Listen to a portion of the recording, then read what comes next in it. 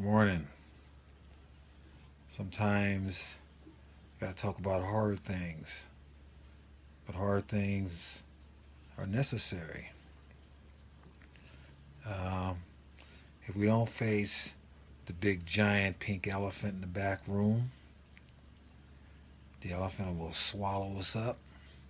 Or shall I say, the big giant pink donkey in the back room in this case. And the donkey will just keep kicking us in the butt. But we need to face reality of what's going on. I know I made a very hard question, um, like what is more important, the Democratic Party or your children? I visited a relative recently, and just having a casual conversation with this relative, and out of nowhere she said, "Well, Donald Trump is, oh, he's trying to make black people get back out in the field, and you know." She was like really depressed, really stressed if Trump was to win the election. But her her basis wasn't necessarily built on anything. I think it was mostly on propaganda. Now, obviously, we have two different choices right here. We have Trump and we have Clinton. Those are the choices, but I don't even want to focus on those people at the moment. I want to focus on the destruction of the black family. I want to talk about something that a lot of people do not discuss and a lot of people do not research or think about, but it's there, it's evident. In 1950, 83% of black children were raised by both parents. 83%. Today, in 2016, only 28%. Now, can you imagine that? A family, the black family in 2016, the mother, father, children family is only 28% compared to 83% in 1950. What happened? Well, what happened was a war on poverty with Lyndon Johnson. And in 1965, the black family deteriorated or started deteriorating because of the democratic policies he imposed and people gravitated to. But I don't want to even get into that right now. That thing will take a lot of time. I want to talk about a couple of situations that are going on right now. When President Obama took office in 2009, one of the first things he tried to do was dismantle a voucher program called DC Opportunity Scholarship Program. This program helped disadvantaged children get out of the failing Washington, D.C. schools. This program was so successful that 91% of the children graduated from high school. And an astonishing 95% of the students are black. Yet he tried to destroy the program.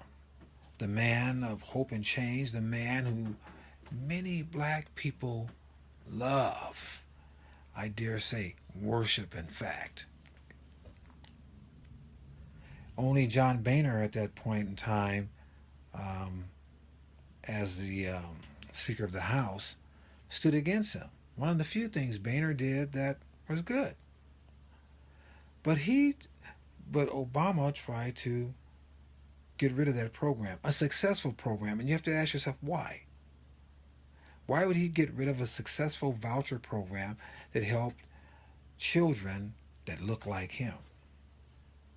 Well, because the Democratic policies, they're in love with the teachers union, and the teachers union are more important than the students.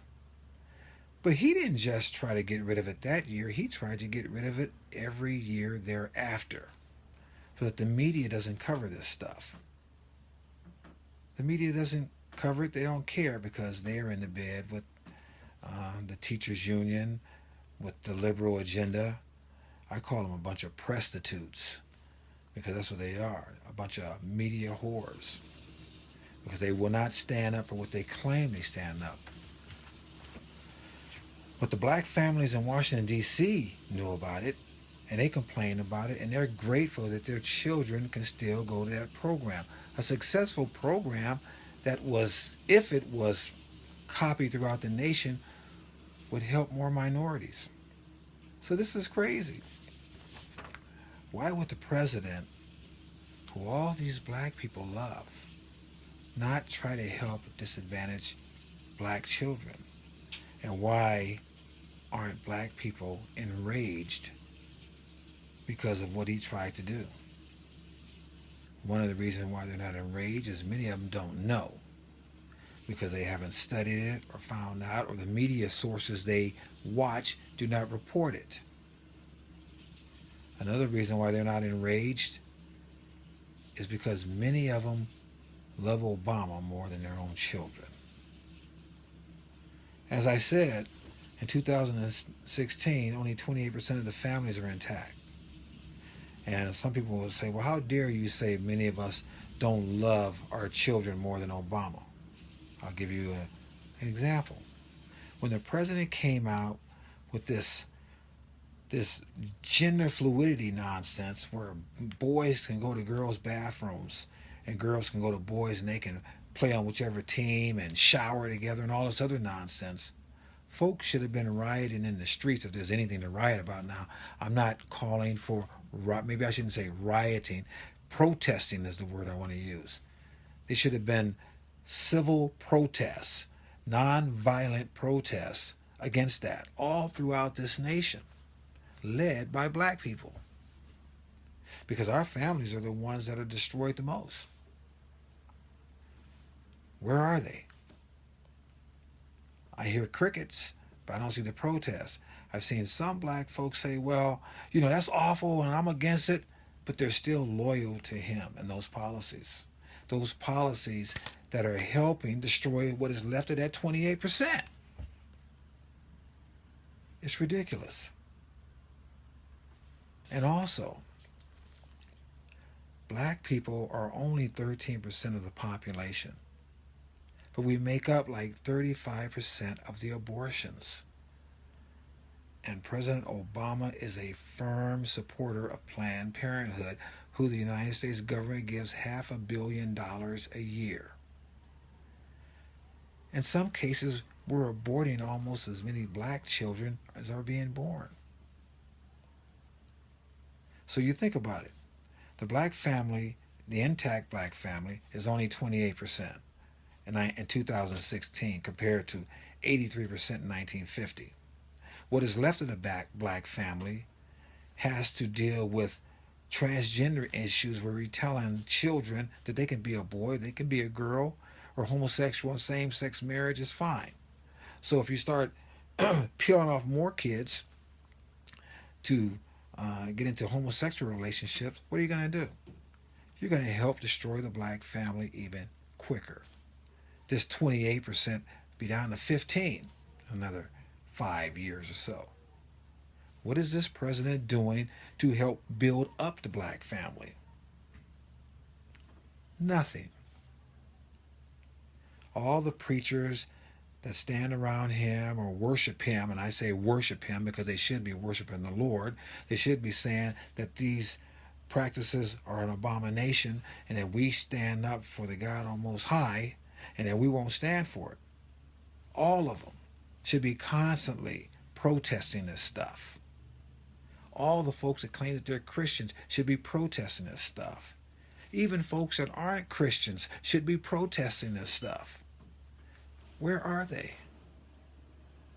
They're silent, they're compliant, and they spend time saying, oh, well, Donald Trump is a racist. Well, Donald Trump stands for school choice. Donald Trump wants Donald Trump wants to let black parents have control of vouchers so they can control where their children go. All these liberals that put their children in private schools, these liberal politicians, but they want to keep the normal person, or shall I say the non-politician, the folks that can't afford private schools, to put their children in failing schools that they support. Who does that benefit? That doesn't benefit the disadvantaged child. So you got a disadvantaged child going to a poor public school, being indoctrinated that homosexuality, same-sex marriage, gender fluidity, and all this other nonsense is normal. Then they're getting a substandard education. They grow up, and who knows what the heck they'll become. And we're not laying a foundation for the future. And all these black parents continue to admire President Obama and ignore the destruction he's wrath across this nation. It is totally unbelievable to me. We should investigate. You should research. You should know what the heck is going on, and you should take a stand. All of us should take a stand. This is Sam Tolley. Visit the website inhimfirst.com or my YouTube channel, Samuel Tolley. I hope that I can encourage you to take a stand. I'm taking a stand. Everybody should take a stand. Because once we're gone, what will be left? God bless you. I'm out.